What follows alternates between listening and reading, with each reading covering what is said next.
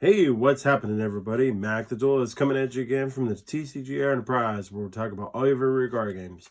So, you guys, it's been a while, but I hope you guys enjoyed your New Year's. Speaking of the New Year, we have more stuff coming in.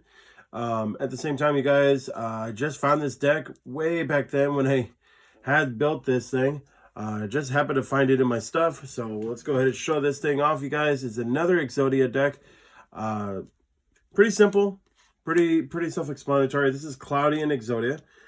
So starting off, you guys, we're going to be going with 3 Cloudian Sheep Cloud. Main focus on towards this deck is obviously to get your draw power going, to get your counters, to go ahead and get more draw power, to get the deck basically functioning out to get the pieces of Exodia itself. In any case, this card is destroyed by battle and sent to the graveyard. You can special summon 2 Cloudian tokens. They're fairy types in defense position, and these cannot be used as a tribute summon unless it's for a Cloudian monster. So, in place of this, I have these awesome Cloudian tokens that were actually made by PAL Manga Mats. You guys can get your copies. These are prismatic rare. I wanted to go with the prismatic rare style, and they're also manga, which is awesome. But yeah, great stuff for the tokens. And you could use your tokens, and then it's good. It's good defensive tactics to have for this deck. So why not? I wouldn't recommend using this thing at a local tournament. If you want to, just for fun, it's great for casual play. But other than that, I wouldn't recommend it like competitively because it will not win. It won't. It's just for fun. In any case, let's go on to our next cards. So this one is going to be Cloudian Altus. And you get 3 of those. This one cannot be destroyed by battle. And if this face-up card is on the field in defense position, you destroy it. When you normally summon this card, you get a fog counter onto it for each Cloudian monster onto the field. You can remove 3 fog counters from anywhere onto the field, and then you discard 1 card from your opponent's hand, which is great. And it's random, too, which is also great. Then we have 3 of the Cloudian Stratus. Each one, obviously, is the Cloudians. Gets a name based off a different cloud type. In any case, this card cannot be destroyed by battle. If it's in face-up defense, destroy it. You normally summon this card, you can place a fog counter on it for each Cloudian monster on the field. Remove 2 counters from this card to destroy 1 monster on the field. Pretty good. And then, of course, we're going to be going with 2 Cloudian Storm Dragon. This cannot be normal summon or set. This card can only be special summoned by removing from play 1 Cloudian monster from your graveyard, which is fine. We could easily do that, no problem. This card cannot be destroyed by battle, and if it is in face-up defense, destroy it. Once per turn, you can place 1 fog counter on 1 monster onto the field. So the fog counters will stack amongst themselves. It allows you to go ahead and utilize further effects, which clears off for the board. It allows you to go ahead and get a whole bunch of other plays. So that's pretty much it for the Cloudian side. And then because of the fact is also they're all fairies, we're going to be going in with a fairy half point, I guess you would say it, a half blend. That would be the best way to state it, as a half blend. So we're going to be going with 2 Headrice, or Hectrice, I guess is how you pronounce it. You get to start this card to get 1 Valhalla Hollow of the Fallen from your deck to your hand, which is good. And then we have 2 of the Herald of the Orange Light.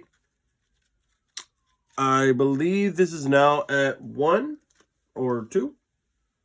I had to double check on towards this card, but this is basically how the deck was run at the time when I had it. In any case, you can send this card from another fairy monster from your hand to the graveyard to negate the activation of an effect monster your opponent controls, then destroy it. You can do this effect activated during either player's turn, which is awesome. And then finally, on the fairy side, we're going to be going with 3 of the Goddess of Light, Tethris. If this card is face up onto the field, when you draw a fairy type monster, you can reveal one of those monsters to draw one more card. The fun thing about this is that because everything is fairy type, including the Cloudians, this is based off from draw. If you go in for spells or just even a regular draw and all that, while this is out on towards the field, allows you to go ahead and utilize its effect. Insanely good, especially since you're going to be constantly drawing into Cloudians. Your main focus is to get out the Tetris right off the bat. That way you could go ahead and get your draw power going early game. Then, of course, we are going to be going with, of course, our 5 pieces of Exodia himself. You got to go with the 5 pieces. No more, no less, of course.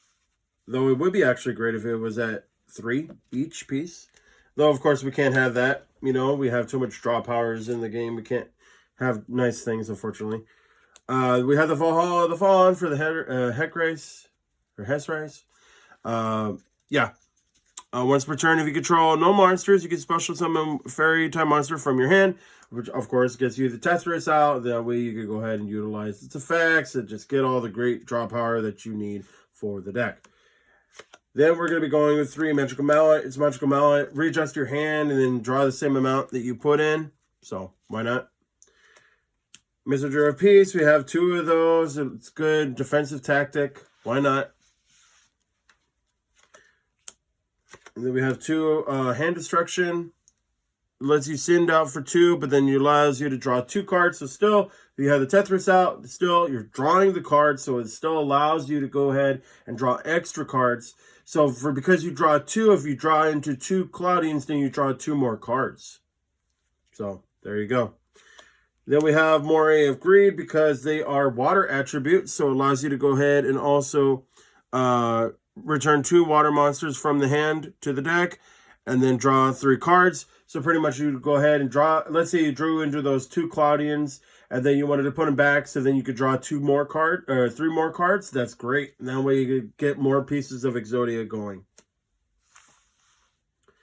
Then, of course, the last piece of the puzzle, I guess you would say, or the deck, would, of course, be Reckless Greed, just because we could have a little extra draw power for the deck. It's obviously, this deck is very, very slow. It's very, very casual based, but I'll be honest with you, it's one of the most funnest decks I've actually got to play with, and I would definitely say it's one of those pretty much favorite of the Exodia decks that I currently own. If you guys want to see more Exodia decks, just go ahead and comment down below. I'll definitely make some more. There's tons of Exodia decks that I still have yet to make, you guys. So feel free to go on and comment down below what you guys want to see, and also hit that post notification bell. And also don't forget to like and subscribe for more content. And I'll catch you guys all later. Happy gaming.